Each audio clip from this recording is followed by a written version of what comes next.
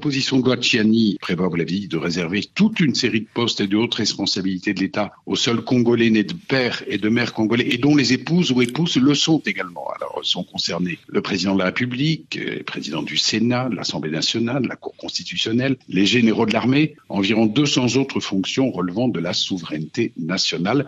L'objectif, selon ces instigateurs, ces initiateurs, étant de protéger le pays contre, disent-ils, l'infiltration d'étrangers à des postes de responsabilité. Une loi de congolité qui surfe sur la montée des tensions identitaires, xénophobes depuis le retour du conflit avec les rebelles du M23 et qui est jugée discriminatoire par ses adversaires norvégiens. Vous avez proposé que ne peut être président de la RDC qu'un Congolais né de père et de mère congolais. Ce tweet proposition sur l'éligibilité à la présidence de la RDC fait parler de lui. D'où vous est venue cette idée? Qu'est-ce qui l'a vraiment motivé et quel en est l'objectif? Oui, la motivation, elle est la suivante. Vous savez tous que la République démocratique du Congo, notre pays, a été envahi par les armées des pays étrangers en 1996. Il y a eu les armées du Rwanda, du Burundi et aussi de l'Ouganda qui avaient envahi la RDC. Et le gouvernement de la RDC a dû faire appel aux troupes étrangères pour venir l'aider à combattre les envahisseurs. C'est ainsi qu'on a vu venir sur notre territoire national les armées de Zimbabwe, de la Namibie, de l'Angola, de la Zambie, de l'Afrique du Sud. Mais en plus de cela, il y a toutes les armées du monde qui sont venues dans le cadre de l'Organisation des Nations Unies à travers ce qu'on a appelé la MONUC ou la MONUSCO. Il s'est fait que tous ces militaires étrangers qui sont venus sur notre territoire, en aidant les Congolais, ils se sont servis aussi à la caisse. Ils ont violé des femmes congolaises, des filles congolaises, mais il y a eu aussi des mariages légitimes. De ces couplages-là, il y a eu plusieurs enfants qui sont nés. On estime environ 5 millions d'enfants congolais nés dans ces conditions-là. Ces enfants, ils sont congolais de par la langue congolaise et ils ont droit à tous les privilèges réservés aux citoyens congolais. Ils peuvent tout faire dans notre pays. Ils peuvent travailler comme enseignants, comme médecins. Ils peuvent être des députés, devenir même des sénateurs, des députés nationaux, et ils peuvent même devenir des membres du gouvernement, des ministres ou même des premiers ministres. Ce que je suis en train de proposer, c'est que pour éviter qu'on puisse arriver à avoir au sommet de l'État des gens qui auraient des loyautés partagées entre la RDC et un autre pays étranger qui serait le pays donc, du père ou de la mère du président de la République. Dans ces conditions-là, il faudrait qu'on puisse verrouiller l'accès à la présidence de la République pour que ceux qui peuvent y arriver ne peuvent être que des Congolais nés de père et de mère congolais. Cela n'enlève en rien les droits et privilèges de tous les autres Congolais qui ne sont pas de père ou de mère congolais. Ils sont tous Congolais et sont nos compatriotes à part entière. Ils peuvent tout faire comme cela s'est fait aux États-Unis d'Amérique. Ils peuvent occuper tous les postes, sauf un seul poste, celui de président de la République, pour des raisons de loyauté totale au pays et de souveraineté nationale. Voici la quintessence donc de la proposition que j'ai faite et je la propose maintenant. Pourquoi? Parce que nous sommes pendant une session parlementaire dédiée aux réformes institutionnelles. Les réformes institutionnelles vont toucher à la loi électorale, à la CENI, mais aussi à la Constitution. Il y a d'autres parties prenantes qui ont déjà fait des propositions de modification de la loi électorale, de la CENI ou bien de la Constitution. Alors, à 8 mois de la date prévue de l'élection présidentielle au Congo, peut-on considérer que cet homme-là agit indirectement en faveur du président Tshisekedi? Alors, disons qu'il y a des apparences et qu'il y a la réalité. L'apparence, c'est que Noël Tchiani, qui est un originaire du Kasaï, comme Félix Tshisekedi, sert objectivement les intérêts du président. Parce que si cette loi a été votée, la première victime en serait en effet Moïse Katumbi, qui de tous les candidats de l'opposition à la présidentielle, prévue pour la fin décembre, est sans doute le plus sérieux adversaire du chef de l'État sortant. Or, Katumbi, on le sait, est né d'un père grec, originaire de l'île méditerranéenne de Rhodes, et il serait donc, au terme de la loi, inéligible. Cela dit, Félix Tshisekedi, même s'il est silencieux sur ce projet de loi pour l'instant, ne peut pas ne pas tenir compte de l'hostilité que soulève ce projet discriminatoire, y compris au sein de son propre camp, d'autant qu'il sait que cette loi, finalement, a peu de chance d'être adoptée au Parlement. Alors cette polémique ne le dessert pas, dans la mesure où ce regain de souverainisme congolais dans la loi Tchiani est en quelque sorte l'acmé, sera l'une des composantes fortes de sa propre candidature. On le voit notamment s'appuyer sur des grandes figures du patrimoine nationaliste et religieux comme Simon Kimbangu afin de contrer l'Église catholique, mais il se garde bien, Félix Tshisekedi, d'apporter un quelconque soutien public au sniper Tchiani et à son sulfureux projet de loi à propos duquel il avait, il faut le reconnaître, Norbert, exprimé quelques réticences il y a 2 ans.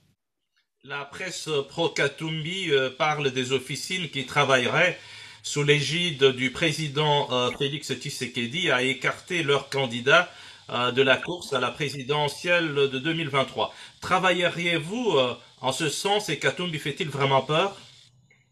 Moi, je trouve que c'est très bizarre que ce groupe-là puisse réfléchir de la sorte.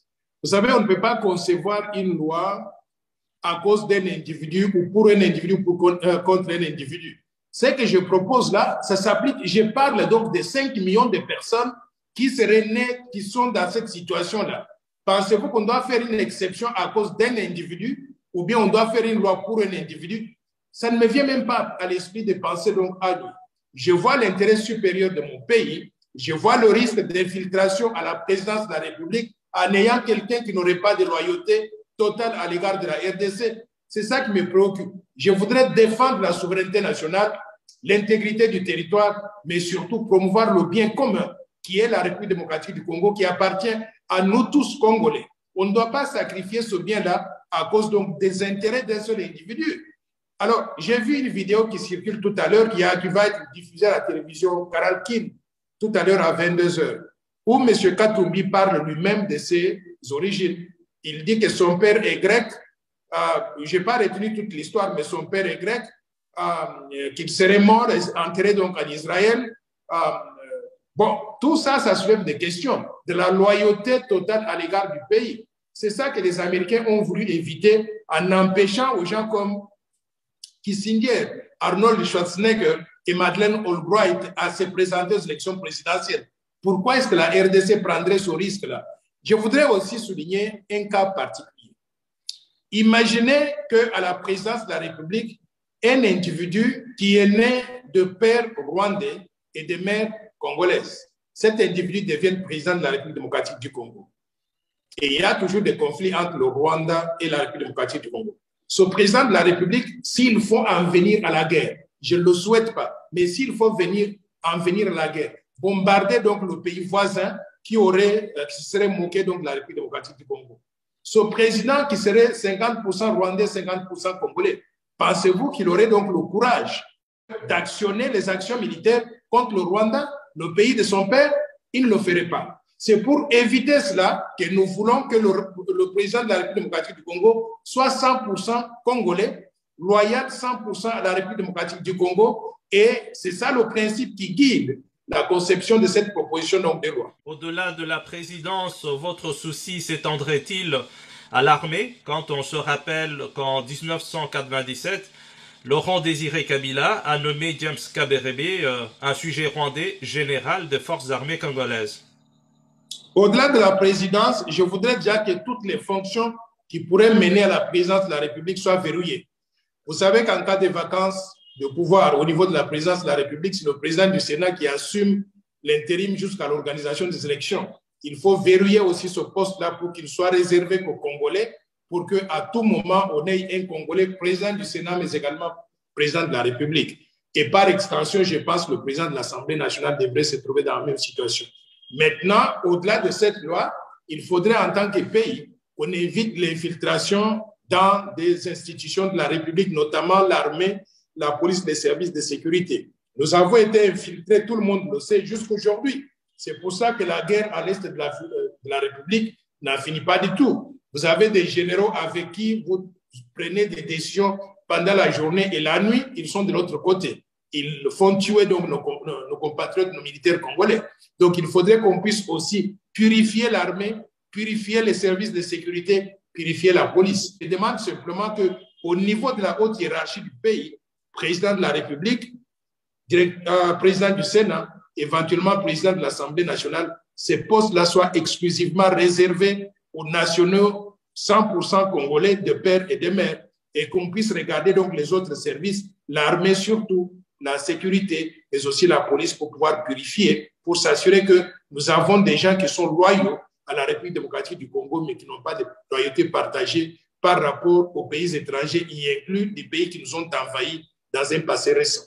Merci beaucoup pour votre disponibilité. Messieurs et dames, c'était le docteur Noël Tiani, moi d'invite. C'est à moi de vous remercier.